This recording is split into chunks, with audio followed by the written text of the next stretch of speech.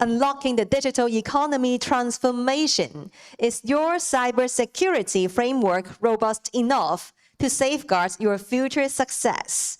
Indeed, a resilient and reliable transformation can only be achieved with a solid foundation of cybersecurity. The pace of transformation relies heavily on cyber resilience, efficiency, and agility. It is time to bring this topic to the forefront at layers of risk management and think about some next steps in cybersecurity strategy and approach. In this section, we also welcome questions from the audience. Now, please join me in welcoming Mr. Alan Lim, Head of Product Marketing at Sang4. Welcome, Alan. Hi, good afternoon. Thank you. Thank you for having me today.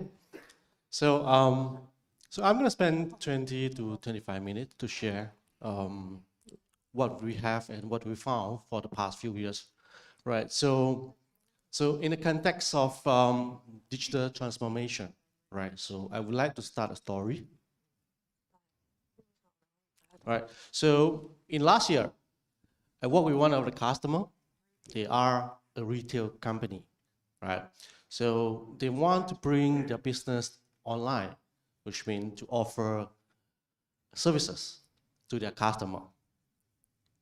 So they are riding the wave of digital transformations and try to digitalize their services at the same time. But what happened? So one day, we got a call from them that, they're telling us that one of the server actually gets attacked, all right, for no reason, right? Because they open up so many surfaces to the internet, and they are very panicked most of the time. I mean, customer, when they get attacked, cyber attack, they wouldn't know what to do next, right? So some genius were suggesting them to just shut down the server. But they cannot do it. Why? Because they are running online business. And our downtime actually cost them 30,000 USD in loss, right? And not to mention that the reputation that they image, right? How their customer think about them. If I'm using your platform, I'm using your services, and you got hacked, is my data safe? So this is why that in a typical cyber attack, even though they are following some sort of cybersecurity framework, which I'm going to share later on, right? It doesn't really guarantee that they'll be safe 100%. Okay? So this is some of the attack cyber change that we've seen as a real world example. Right. So as a result, after our finding, right, there's not only one server, but there are 15 servers that get encrypted by ransomware. Of course, the data was breached at the same time. Okay? So over the last 3 years, in Sang4, we have a Sang4 incident response team that's helping the customer in the event of they are suffering cyber attack. Right, so we had a team that's worked on that, and for the past 36 months, in APAC alone, we have helped more than 200 plus customers dealing with the responses, how to remediate the problem when they got attacked. So usually we'll spend a couple of days, 3 days, 2 days, right, just to identify the problem, to remediate the issue, and also we have a lot of interesting findings. Right. If you are interested, you actually can go to our website. We have a very insightful report that you can download that is includes some of the best practices that customer would like to have a look. Okay. So let me dive slightly into a typical attack. Right. So based on our finding, we found out that 90% of the company actually suffering the external attack from the network parameter, which means even though they have the firewall, they have EDR, but they still get breached at the same time. Okay, why? I will tell you later on. So I think you guys have seen this many times. NIST, is there anybody using NIST as a framework? Of course, it's one of the most popular cybersecurity framework that's widely adopted worldwide, right? And also on the left and the right, it's a bit blurred, but it's a MITRE ATT&CK enterprise framework, okay? So they are helping us a lot when it comes to setting up the framework and providing some of the guidelines to our customer that what are the best practices they should use when they're dealing with cyber incident, okay? But even though we still see a lot of cyber attack nowadays, right? So with the framework alone, it doesn't really help you to keep yourself safe. Why? Let me take an example for NIST framework, right? So 2 out of 5, the core functions are detect and respond, which means they are passive, reactive. So we only respond when you detect something, but sometimes it's too late. So this is why that's by having the cybersecurity framework, sometimes it can get overcomplicated in certain scenario. Like for example, the MITRE ATT&CK, and it's have like more than 30, 50, activity and TTP that you need to follow. Right? So this is why that. So with today, the bad guy is getting smarter and smarter, and thanks to the AI technology we have, right? ChatGPT, right? I can just create a malware just in the few minutes, right? To create a new variant of a ransomware malware. That simple, I can. All right, so so this is one of the latest headline. I think you guys seen it. Move it, 0-day vulnerability, which been attacking all around the world. And those names that you see on the screen, they are not a small company, right? So people are still suffering on that part. So when it comes to digital transformation, right? So yeah, you open up lots of opportunity for the company, right, to extend their services, to extend their business to online world or digital world, right? But at the same time, when you go to cloud, for example, right? So yeah, it's agile, it's fast, right? It can go to market very, very fast in just like couple of days instead of couple of months compared to the previous scenario. But at the same time, you also open up the attack surfaces to the bad guy, right? Because you're giving more, you open up more door that's letting the threat actor to target on you. Not to mention that the complexity in terms of the operation, right? How do you manage when it comes to digitalize, transform your business at the same time? So, so we want to make it simple, right? Even though cybersecurity is deemed to be a very, very complex topic, right? So when it goes, there's only 2 things we will tell our customer, right? If you want to digitalize your business, right? So if you look at the middle screen, right? Attack protection, which means we want to keep the bad guy out. At the same time, we want to let the good guys in, which is provide access protection in this part, which is on the right of the screen. Right? In terms of the attack protection, we're looking at the threat protection, proactive defense, real-time monitoring, and also incident response in case that you are suffering some attack. Of course, when you look at access protections, which means we need to have a very detailed identity management, right? Who is the good guy? What can they access? How, where, and when, right? So, so adopting a good cybersecurity platform it's one of the strategy I think you can consider, right? So in Sang4, so we have 4 major platform that allowing our customer to subscribe to, all right? So like the XDR, right?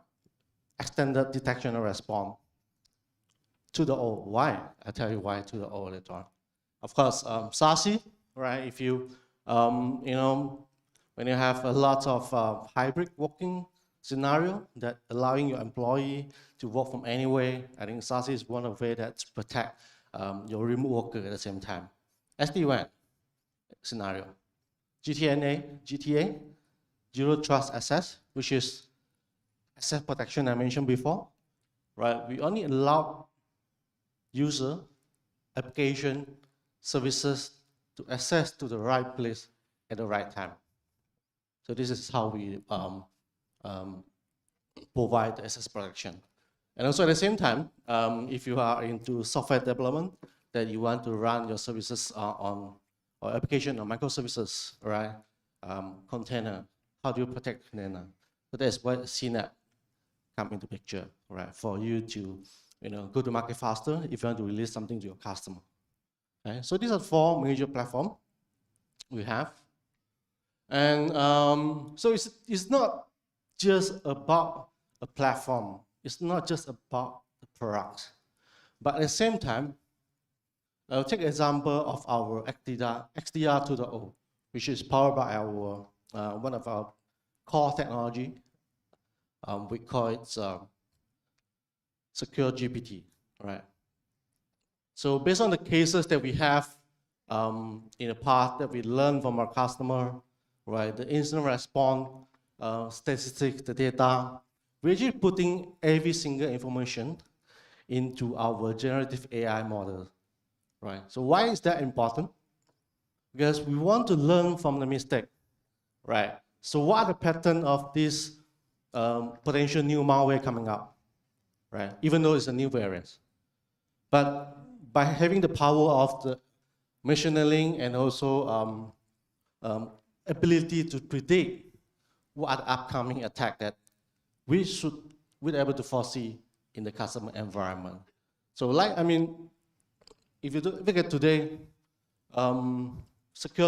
ChatGPT is widely used today. People like me, we do a lot of content creation, right? So the more information that I feed to this AI database, then the smarter he will be evolved over the time. So this is how we use it in our similar way in our Secure GPT. Okay, and also some guy mentioned about SOC previously. So skill gap is always the primary reason why a SOC fails. Okay? Not to mention that he needs to look at 10,000 alerts or logs every day, right? So how do we do that? So we do it in different way, right? So as you know, generative AI are using natural language, right, to talk to you, chatbot, right? You can just ask him anything. So we take the same context that putting in our XDR platform, which is nowadays the stock analysts are able to ask our AI model, all right? For example, this guy can ask, what is the current security trend in my environment?